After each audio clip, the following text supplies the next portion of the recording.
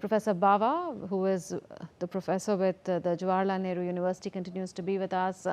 Professor, we've seen over these 2 days, Prime Minister reaching out to the people of Poland and talking about the emotional connect. We were earlier talking about how two Indian Maharajas went to great lengths to provide refuge and shelter to Polish women and children, particularly during times of crisis during the Second World War. But do you think that paying his homage to the tomb of the unknown soldier also brings to the fore a historical connection? Because India and Indian soldiers and Polish soldiers did fight side by side even during the Second World War. So how much importance or significance would you give to this?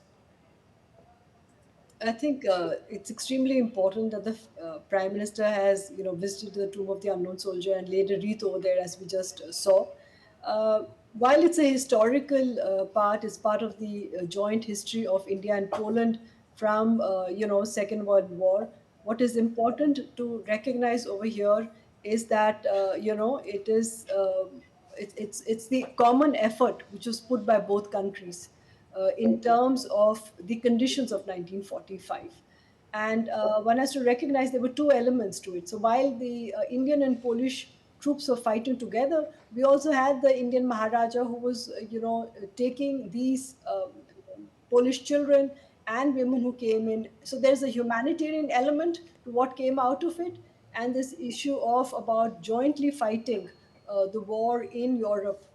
So I think they both symbolize two very important elements of our bilateral relation connected to the past, which still continues to have a very strong emotional resonance even today. And I think it's somewhere, the fact that these connections of the past are now being taken forward in a very new political setting, tells you about the strength of this relationship.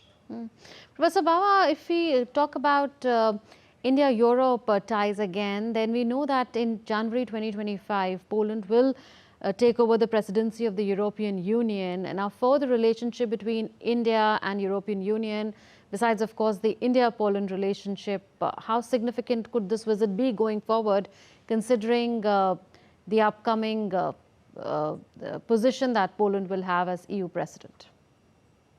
So I think, every 6 months for our viewers, the presidency rotates and one of the member states takes it up.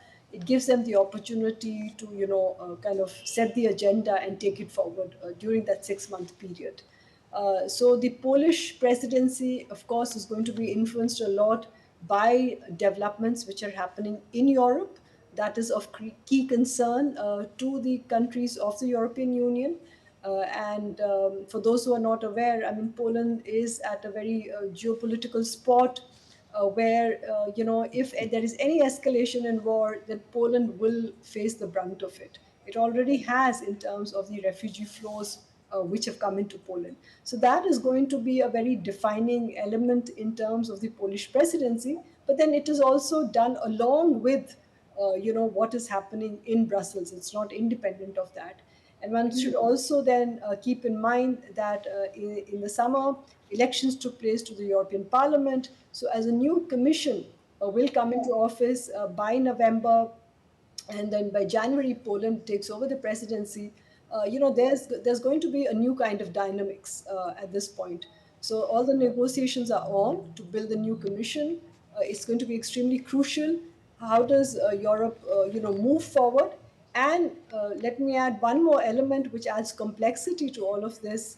And before I come to the India-Poland relationship, and that is not to forget that there are elections in America for the US president. And as the elections to the White House, the Electoral College takes place, it is going to really frame what happens from January 2025. Who will take, the oath as President of America in January is going to have a huge impact on not only European politics and economy, but more importantly, European security. So I think those Yes. are going to be very important framing questions. And India, as it looks to conclude the free trade agreement, is obviously it's not going to happen just now. It's going to spill into the next year. So we're going to be looking at the first half of next year, 2025, most likely under the Polish presidency when an India-EU FTA would be concluded. Right, Professor Bava, continue to stay with us. Let's bring our viewers up to speed with the visuals that we are showing on screen. Prime Minister Narendra Modi laying a wreath at the tomb of the unknown soldier in Warsaw. This is a monument which is a tribute to the fallen soldiers in Poland's 1,000-year history. The grave houses a nameless soldier who defended Lviv from the Bolsheviks in 1920. There's a backstory to it. On 2nd November 1925, a 1.5-meter deep trench was dug in which the body of an unnamed soldier from Lviv was placed. On the coffin is written, "This coffin contains the body of the unknown Polish soldier taken from the grave in Lwów on 29th October 1925. On the gravestone, on the other hand, everyone can read these lines. Here lies a Polish soldier who fell for his home country. The monument is located in the arcades of the Saxon Palace. 3 months after the suppression of the Warsaw Uprising, from August to October 1944, this palace was blown up on 27th December 1944. But miraculously, only a small section of the arcades survived, which included the tomb of the unknown soldier. It was decided that the grave would remain in the same place. The ruins of the palace were later fortified and secured, and on 8th May 1946, this monument was unveiled again. In 1989, the soil from the Catton graves was deposited in special vases. On 3rd May 1991, 14 more plaques were unveiled, engraved with the locations of the battles of 972 to 1683, 1768 to 1921, and 1939 to 1945. In total, there are 22 commemorative plaques that hang on the pillars.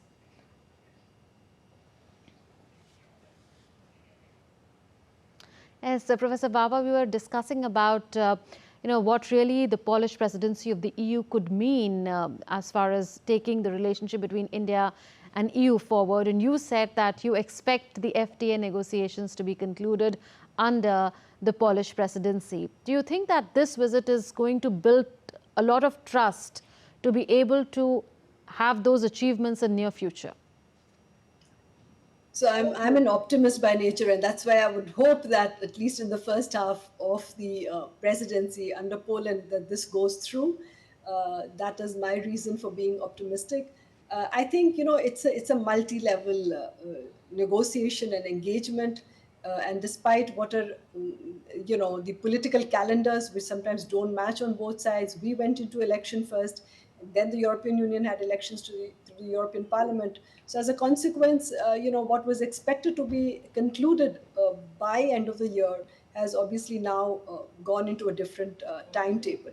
I think this is where the bilateral relationships become extremely important, because they pick up, kind of an add like another momentum to the larger relationship between India and the European Union. Each of the member states, under their own leadership or presidency, also get an opportunity to, enhance the larger India-EU relationship. So I think that will be definitely high on the agenda, and the Polish government will put in a lot of effort to see that it could be concluded, because then the credit also comes to under which presidency this happened. So there are a lot of, there's not just the optics of the bilateral relationship, but it's also about the substance. Going forward, I think the negotiations are, going on despite what other developments are taking place. The timetable of the negotiations, they continue to go on, but I think we will see greater speed once the new commission is in place in Brussels, and perhaps, also notwithstanding any further political developments in terms of the war between Russia and Ukraine. Yes. Since you are referring to the war, do you expect a friendly nudge by Prime Minister Narendra Modi when he goes to Ukraine? Because even now, during the press statement with the Polish Prime Minister, both sides did refer to the conflict, and Prime Minister has often been saying that India believes that diplomacy and dialogue leading to a negotiated settlement is the only way forward both sides should be party to a dialogue which leads to a negotiated settlement. Now is not the time of war, or now is not the era of war, and solutions cannot be found on the battlefield. Do you think that these are statements that the Prime Minister could be making to not just the Polish Prime Minister, maybe later today to the Polish President, and then to the Ukrainian President tomorrow? Definitely. I think, if you put Prime Minister's visit in a larger context, one can't escape the fact that after visiting Poland, Prime Minister Modi is going to Ukraine. And that comes in the backdrop of Prime Minister's earlier visit to Moscow, where he met the Russian President, President Putin. Uh, Prime Minister has said right from 2022, that this is not the era of war. War in one geography of the world is not just limited in terms of its impact only to the countries or where it is taking place. It has ramifications for everybody. As you correctly pointed out earlier, Ukraine is also one of the large world food granaries. It has impacted food prices, pushing up big important questions on food security and threatening lives in Africa, for example, pushing people towards malnutrition. Many people may not be aware that 75% of our own sunflower oils were being imported from Ukraine.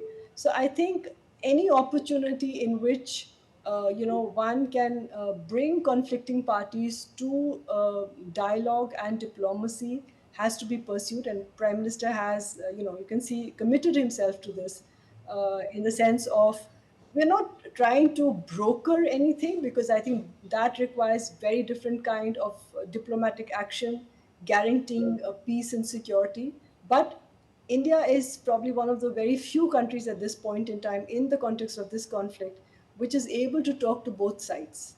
And I think that is important. I think everybody recognizes that. There will be also a message from Poland, I'm very sure, conveyed to Prime Minister Modi, as much as Prime Minister is talking about. So this requires a collective action and effort. War ultimately cannot be won in the battlefield. It will just lead to a fatigue which is already setting in. There are also political commitments which states have given, but domestic politics may not want to come through with that in the European context. So I think the good offices of what Prime Minister Modi brings in this context is going to be extremely important, and we will have to clearly look at the wording of the documents which come out later today from Warsaw, but more importantly, what comes from Ukraine. That is going to be important, uh, and I think that will give us a signal as to how any effort can be made in bringing conflicting parties to the table.